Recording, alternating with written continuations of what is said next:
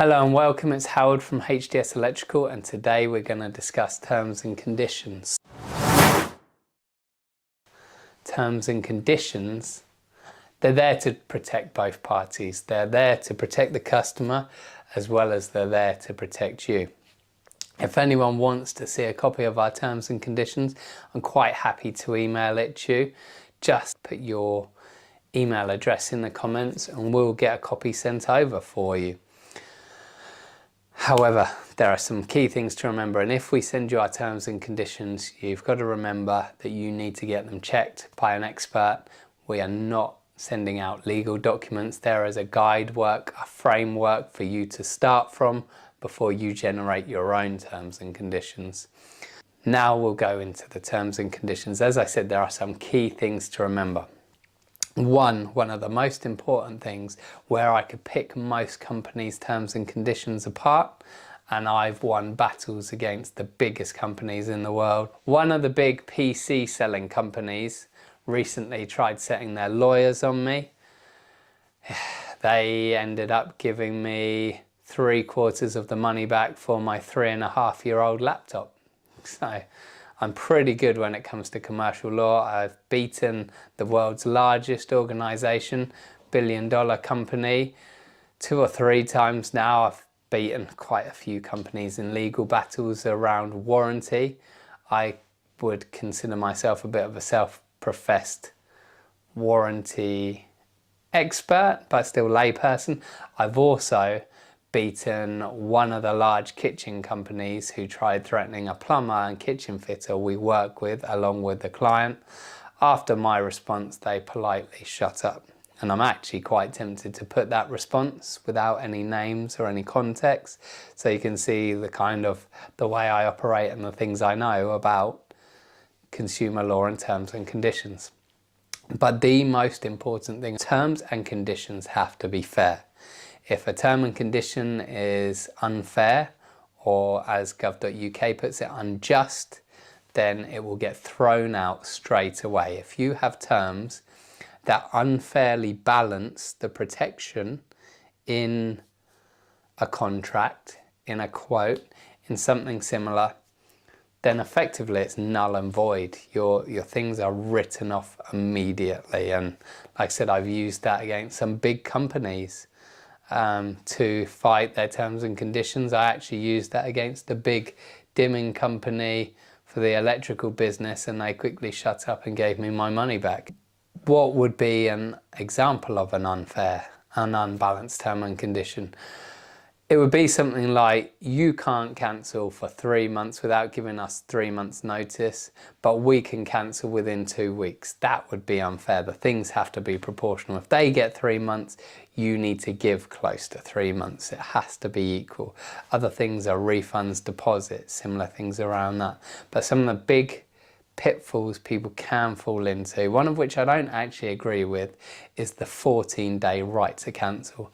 This has to, under consumer law, be in everyone's terms and conditions. Every customer has 14-day right to cancel any contract or service. If that service carries on within those 14 days, you are entitled to a fair portion of money for the work, services, materials that have been provided and no more. Which is one of the reasons I don't agree with, because say a customer gets you in to fit a kitchen, you take the job on, you start going there, you go there 5 days later, don't take on other work, you refuse other jobs because you're here, you're 5 days in, they ask you to leave because someone's offered to do it cheaper or whatever.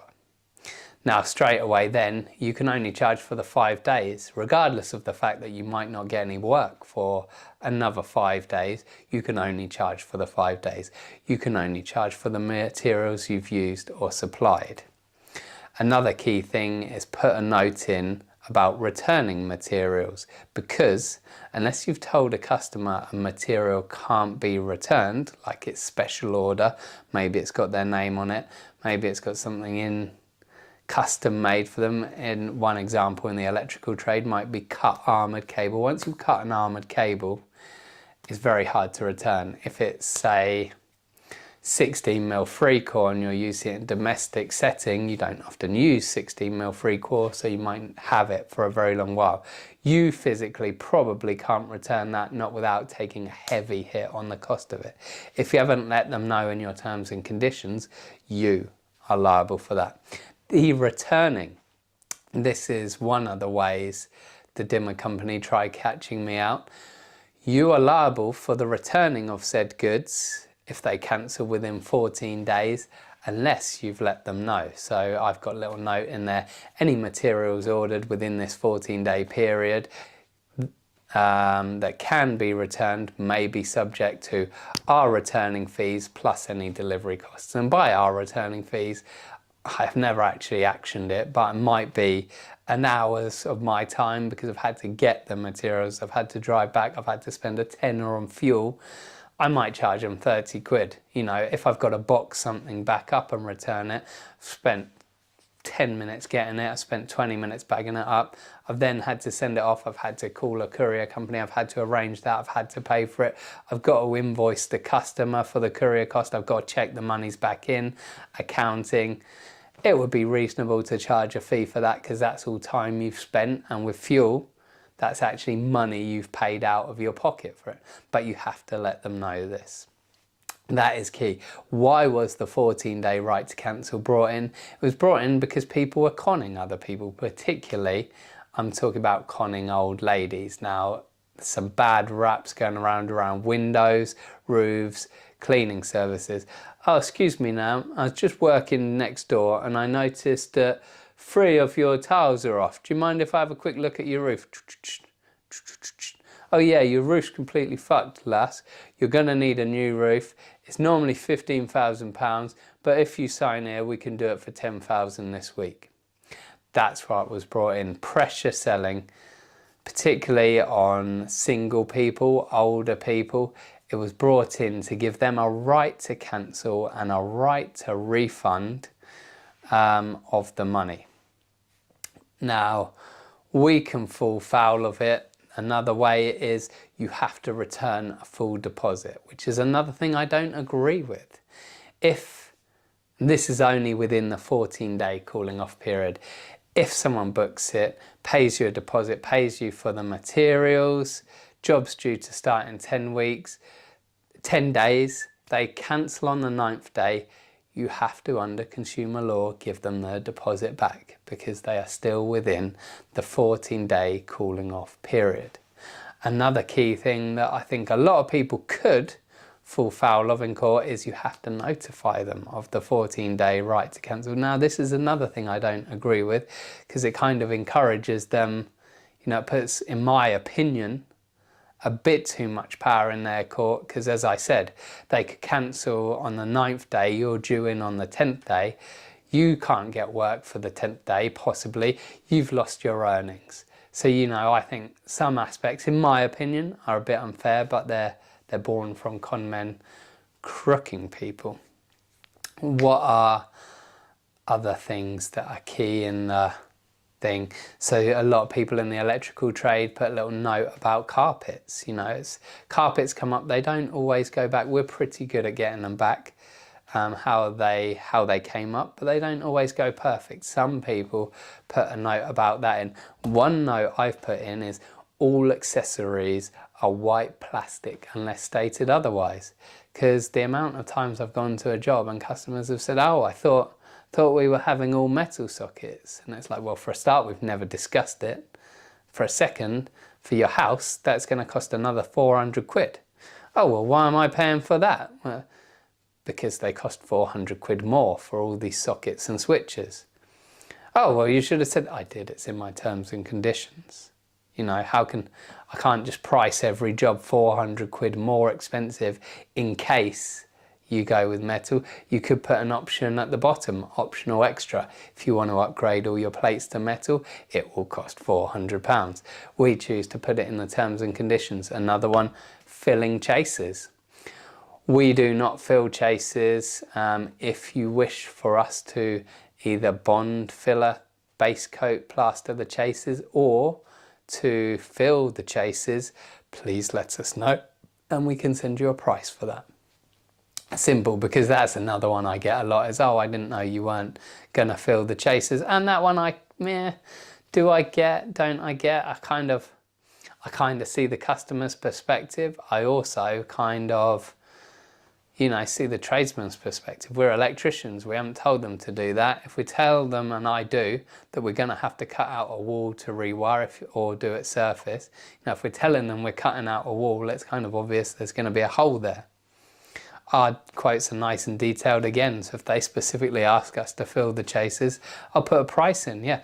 To fill all the chasers in this with 1 coat of base plaster and a 2nd coat of bonding plaster filler, that will be £300 plus VAT, for instance, something along those lines. So some of the other ones, I often choose to put all materials are property of HDS until final invoice has been settled up. Yeah, there are a few other good ones in there. I think we've covered the big pitfalls about the 14-day right to cancel. Statutory warranty. Almost no one knows, and I'm talking big multi-pound companies, I'm talking their legal teams, or they play dumb around the fact they don't know. Under consumer law, you have in the UK Consumer Rights Act 2015 6-year warranty. That's right, every product sold in the UK has a 6-year warranty. There are some stipulations. Some products aren't expected to last 6 years, so you couldn't be expected perhaps to say, take your light bulb in after 5 years and 9 months and ask for a new light bulb. Secondly, depreciation. So if you've used, say, an oven for 6 years, and we actually got some money back for an oven that went faulty after 4 years from a big manufacturer. If you use an oven for 4 years, you can't be expected to get 100% of the money back. I always go, same as what the insurance companies did with me with the break-ins and what they paid out on our tool insurance, 10% a year. So in that case, we asked for 60% of our money back, because you know what? It's reasonable to expect an oven to last 10 years. It's clean. We haven't abused it. It's failed after 4 years. We want 60% of our money back. Other things like cars, for instance. If you've had a vehicle, you've had it for a year, it's done 10,000 miles, the engine fails, there's no sign of you doing any damage to it, you're probably entitled to have a big discussion about it. Secondly, if you've had it and you've done 100,000 miles, you're not really expected to get any money back. You've done 100,000 miles, you've done about 7, 8, 9 years worth of driving in it, you're not going to get any money back in that case. Another couple of key stipulations is a right to repair, and this is a good one for us because we actually give a 5-year warranty. Now, giving a 5-year warranty alone, and trading standards made me change this when I was accredited with them, which is one of the reasons I know about it. It undermines consumer rights. It undermines the statutory minimum consumer right 6 years. So we changed it to, we give 5-year full warranty on everything we supply and install. We'll replace it completely, 100% no depreciation. And the next line I put, this does not impact your statutory rights as a consumer. Hence being, you still have the 6th year, but that will fall under the Consumer Rights Act. Right to repair. Under warranty, everyone has a right to repair the goods first. A right to repair, right to replace, or right to refund. It is the person dealing with the warranty that can choose. So if we go and something's gone faulty, we have the right, rather than take money off, we have the right to repair it at our cost, because it's going to save us money potentially than refunding it or getting someone else to replace it. If we do not do that suitably in a first attempt or a reasonable period of time, the customer is within their rights to a refund or to get someone else to do it. Same with parts. So with the laptop, for instance, they just ignored my warranty completely, which is how I got so much money out of them in small claims court. They have the right to repair. I said, hey, this is broken within under 4 years. I want it repaired. They ignored it. I want it repaired. They ignored it. I want it repaired. They ignored it. They finally got back to me, said, I want this repaired. They said, oh no, sorry, it's 4 years. It's almost 4 years old. Your warranty's run out. I said, no, it hasn't. I've got the Consumer Rights Act. As per usual with most companies, they'd never heard of it. They didn't believe me. They refused. They ended up in court. They paid me the money for it. So you have the right to repair it. If you don't want to repair it, you can replace it. If you don't want to replace it, you can give them the money back. Otherwise, they can get it repaired, replaced, refunded, basically do whatever and ask for their money back, minus depreciation for fair usage.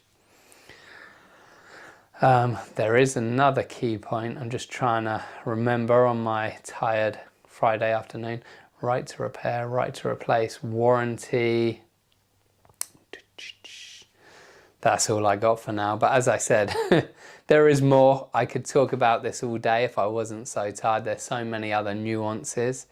I can send some examples of some of the battles I've won. I'm going to have to take out names of companies because I don't want to name and shame. Certainly in a lot of these cases, it's just because they don't know the rules. Unfortunately, they don't know consumer law. Unfortunately, that we have in the UK to protect us. But I can send you a copy of my terms and conditions if you just want to whack your email address in the comment section. And please like, share, subscribe if you like this content.